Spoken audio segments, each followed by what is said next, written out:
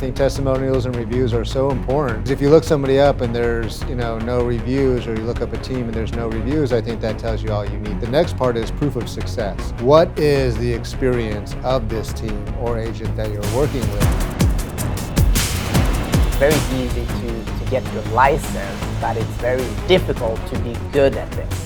Just don't wing it. You sit down, you talk about it, you make a good game plan, and we're all on board, and this is the path to success. Going into a match with no plan or no preparation whatsoever, it's not a wise decision.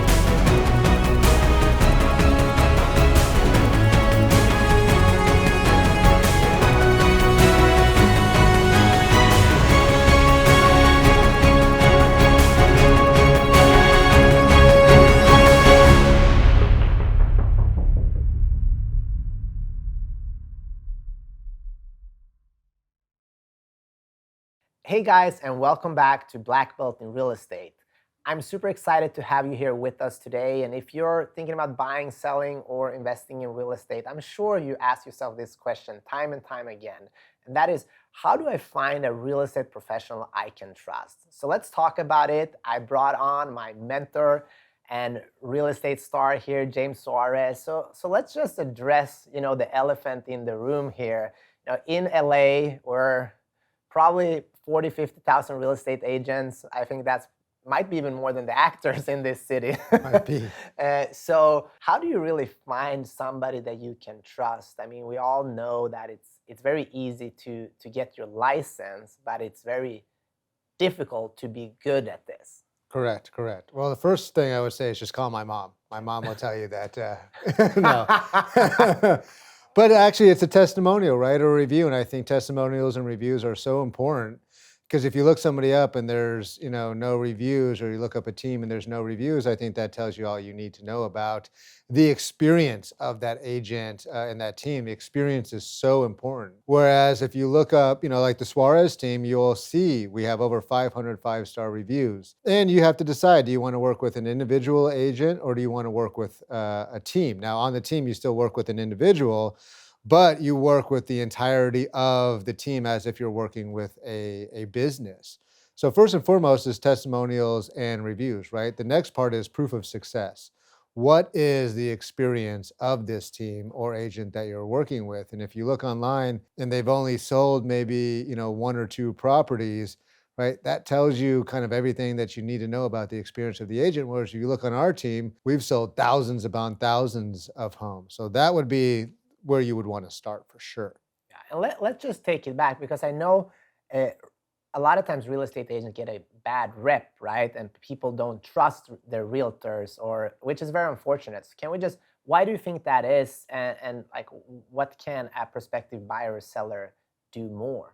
Definitely. Oh, I think in any industry, not only real estate, any sales industry or attorneys or doctors, right? There's different levels of professionalism. There's different levels of success.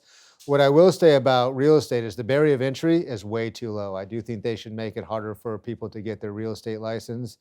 And agents that do this part-time are not going to provide the same type of results to someone like you who does it, full-time and has made a career over it, and therefore have accumulated a bunch of success stories. And as a prospective, buyer, seller, investor, like, how I know, like, most of people looking for a home, especially, they just go online and they want a showing right now, right then. And that's how the relationship usually starts for a lot of people. What do you think about that? And what do you think should be the process for somebody looking for a real estate professional? Great question, Peter. So first and foremost, if you're a buyer, you need to sit down and do a buyer consultation, right? If an agent doesn't encourage you to do a buyer consultation with them, that tells you they probably don't have one prepared, which means that they don't have a path forward for you, right? They're kind of winging it. And hopefully, you'll get the best possible results. Whereas I know on our team, when you sit down and have that buyer consultation, we create a path of success. And same with the listing presentation, right? How many homes have we sold, previously? How have we outperformed the market? How do we outperform the market? What is our marketing plan? What has been the success of our marketing plan? So doing a deep dive and interview process.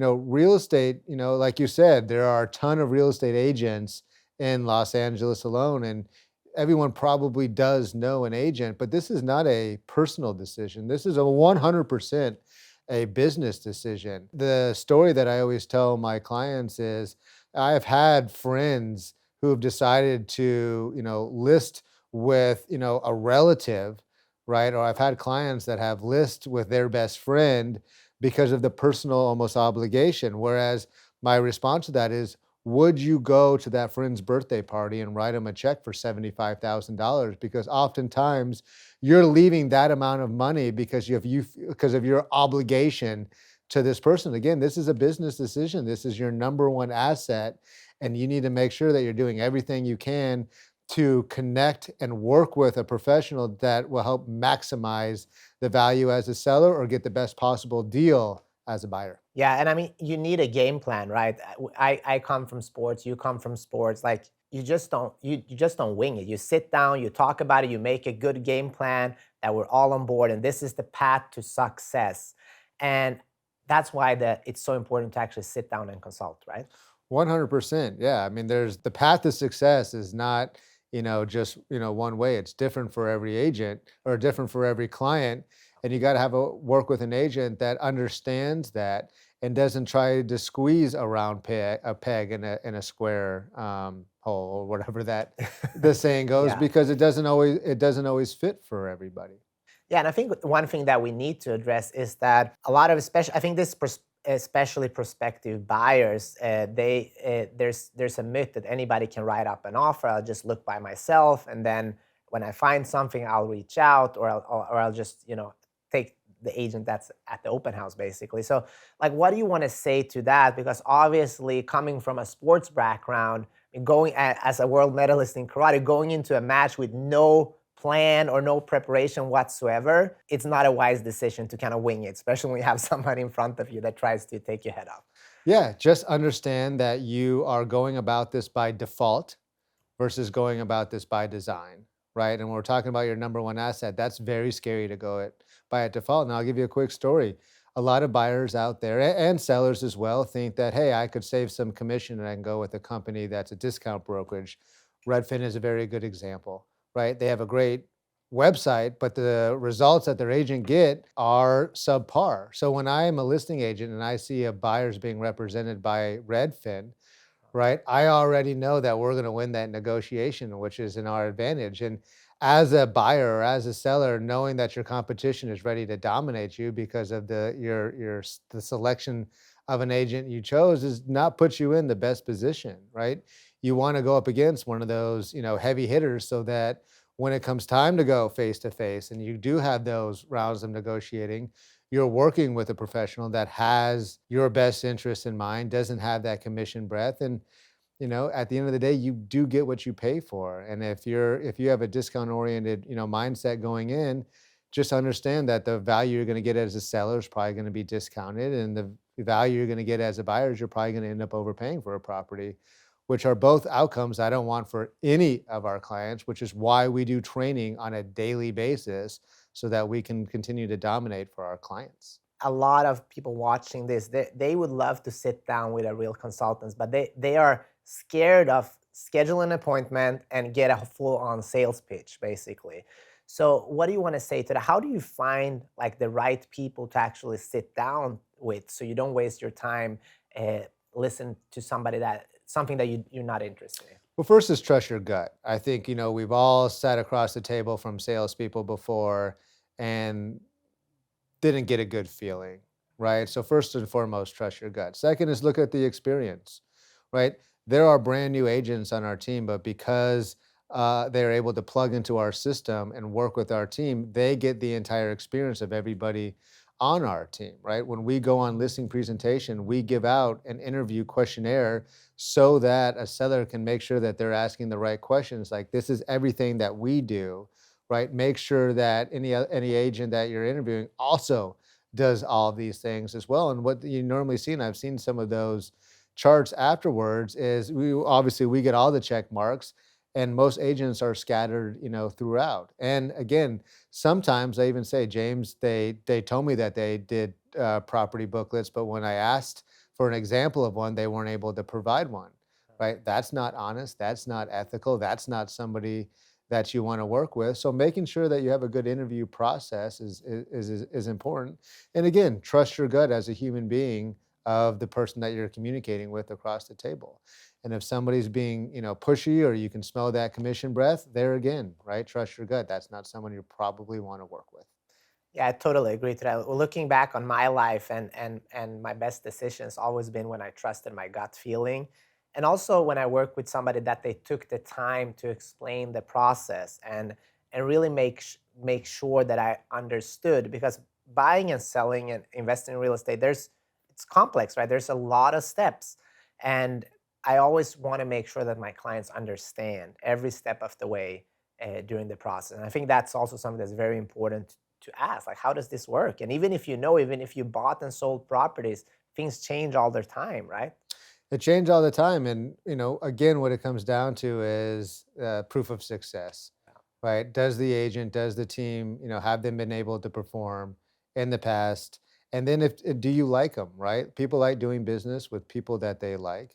Do they have, the people skills? Because again, they're going to need to use those same skills in the real estate industry with networking with other buyers agents or listing agents to ensure that you get the information, the inside track on the properties that you're looking for your clients. I think that that's something that's really important as well, because social skills in this industry is obviously everything, especially when you're competing against a lot of offers, right?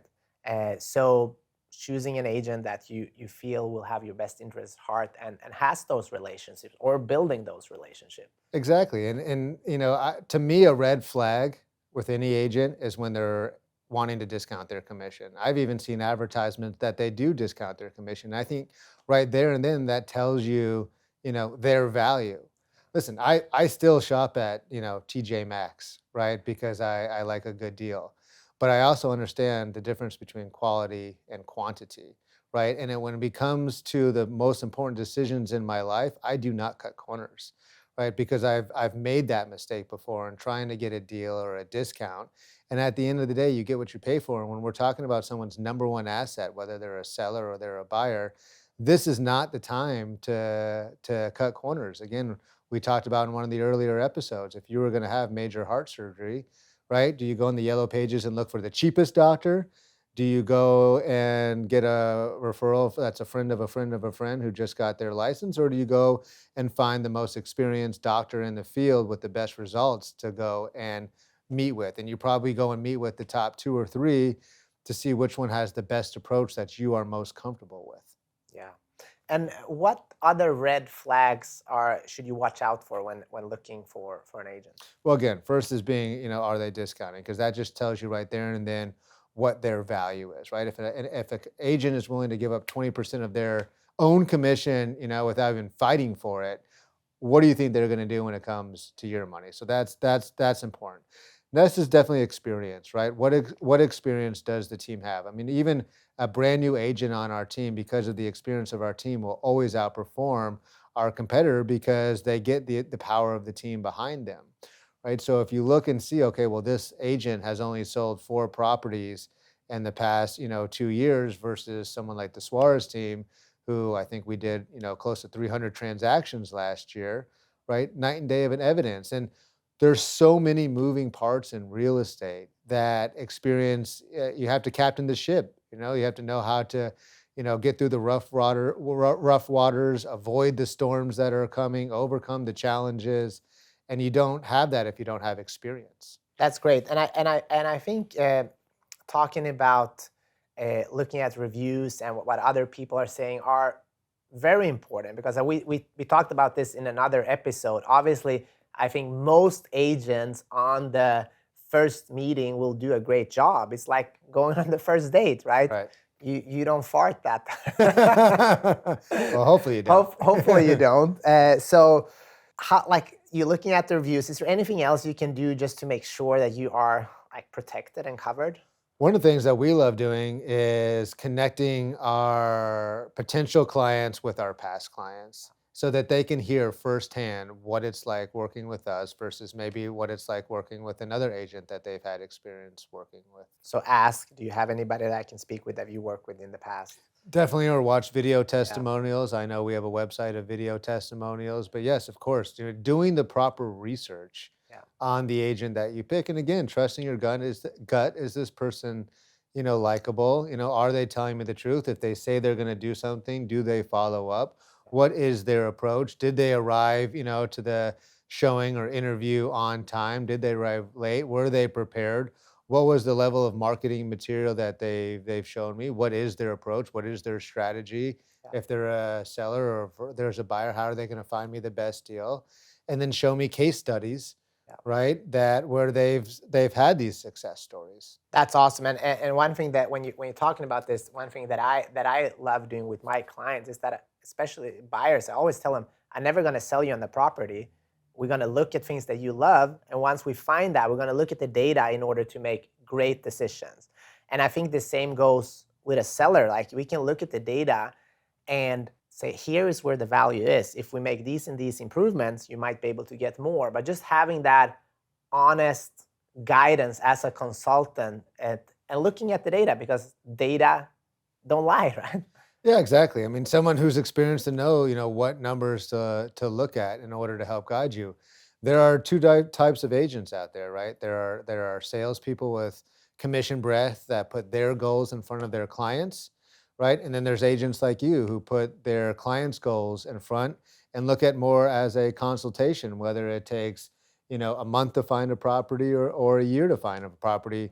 We don't, pressure our clients to do something that they're not comfortable with. What we do is we educate, we guide, we handhold so that when the right property does come up or it's time to sell, they are comfortable and confident with their decision, which is a priceless feeling to have, especially when it comes to buying or selling real estate. I agree, and I always tell my clients, if you're looking for a pushy agent, don't work with me. Yeah, I always tell people, hey, we're not pushy, but we're very aggressive, right? So when it does come time to pull the trigger, right, everything is in place in order for us to win. Awesome. Thank you, James. Anything else you want to add to this conversation before we let our listeners and people watching go out and find their true professional? Do your due diligence. Again, this is not a personal decision. This is 100% a business decision, and this is your number one asset. So you want to make sure that you are working with one of the top. Thank you guys again for watching Black Belt in Real Estate. I hope you got some good value of this episode. If you know somebody that are thinking about buying, selling, or investing, send them this show, and I'm sure they will feel much better after watching it and get some good value to make better decisions for their next real estate purchase, sale, or investment. Thanks again, and talk to you soon. This is Peter Jumrukovski, and on behalf of me and James Suarez with the Suarez team, we would like to say thank you for watching Black Belt in Real Estate. We would love to hear from you, and we would love to earn your business. If you're curious on working with us, please reach out.